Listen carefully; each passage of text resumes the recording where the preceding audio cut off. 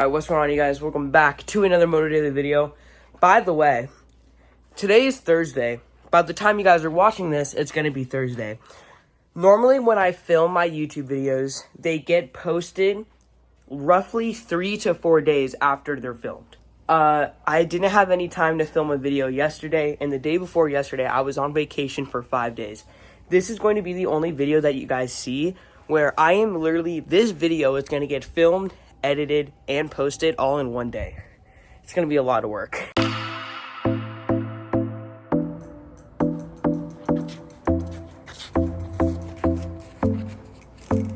This is my brand new G-Max Pro.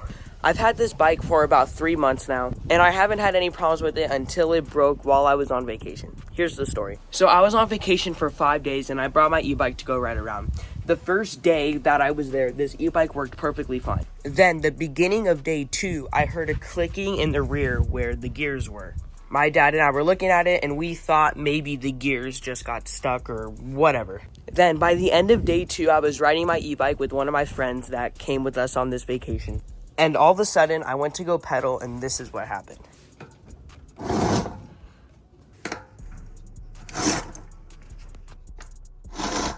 So that happened while I was riding the bike, and we stopped and we looked at it for a good 2 to 3 minutes just trying to figure out what the hell was going on, and we couldn't figure it out, so we rode back to the trailer, the camping trailer. Now here's the thing, is that the electric part works perfectly fine. If I just press the throttle, the bike moves. And then when we got back to the trailer, we saw that the back tire was extremely loose.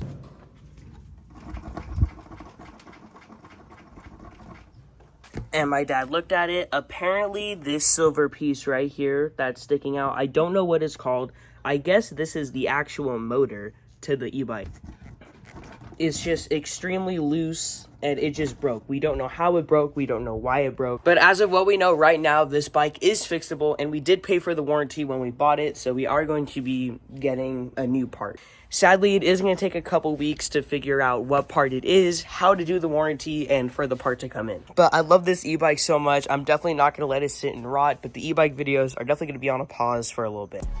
This video is brought to you by Onyx Off-Road. With dirt biking season starting in just a few months, I know there's a lot of dirt bike riders like me that love trail riding. Sometimes trail riding cannot be fun when you keep doing the same trails over and over again. And then there's times where you want to do new trails, but you're scared you're going to get lost. That's why I recommend Onyx Off-Road. Onyx Off-Road is an app that scans a bunch of trails in your area. It tells you how to get to those trails, and Onyx Off-Road makes sure that you don't get lost in the middle of nowhere, because that would suck. Onyx Off-Road is an app you can install through your phone, whether it's through the App Store or using the link in my description. So now whenever you're out trail riding, you don't have to worry about getting lost, and you don't have to worry about doing the same old boring trail every single time. Go download Onyx Off-Road. Alright, so I have the e-bike pulled up on the monitor right now. This is the exact same e-bike that I got, except this is in blue. And I got it in 500 watts, so they have 350, 500, or 1000. I went right for the middle and got 500. And if you go right here, so you could pay the extra 36 bucks for a 2-year warranty protection. Obviously, I'm still under that 2-year warranty thing. The only thing is that we have to figure out how to get the warranty. Like, we paid for the warranty, but we don't know how to, actually buy stuff off of the warranty, or we don't know how to use the warranty to fix the part that's broken on the bike. So that's what we have to figure out. Also, another thing that happened with my e-bike, this isn't a problem that it has. This was actually my doing, because the first 2 or 3 months, the first 3 or 4 weeks, I started riding the e-bike. I used the brakes way too much, and my brake pads are just worn out completely. I'm going to try to get those for free on the warranty. It's not a problem that, it's not the bike, the brake pads are just junk. I used the brakes way too much when I was riding.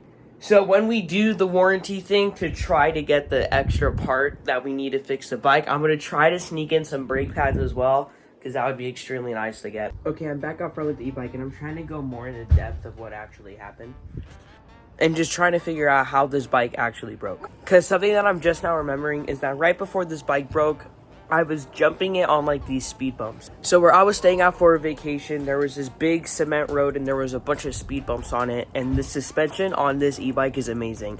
I love like trying to pop up the front tire and stuff like that.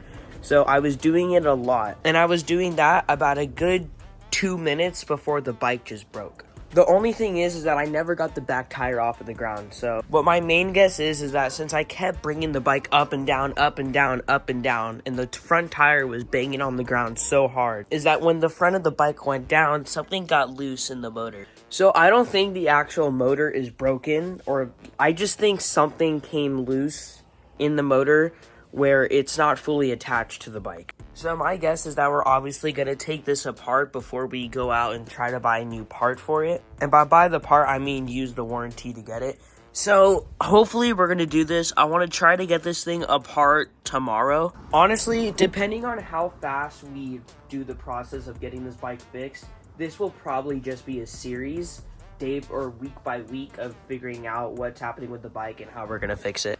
So let's say my dad goes, all right, we're going to start taking this apart tomorrow and figure out what's wrong with it. I'll record it. But this looks like it's pretty easy to come off with just a couple Allen keys that you need to take these bolts off. How to switch the camera settings so you can see better. So all it is these bolts right here that you could take off with some Allen keys. I'm not going to do it now. Only reason being is because I don't want to mess anything up. Okay, so I just put the bike seat facing down.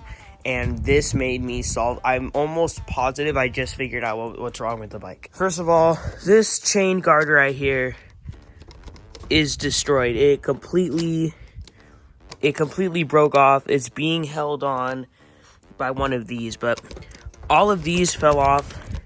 So this is extremely loose, which is not good, because off camera when I was pushing it, the chain just went like that and it got caught in between this plastic guard and the actual sprocket. So I'm 100% sure, I'm almost positive, that it is not the actual motor that broke.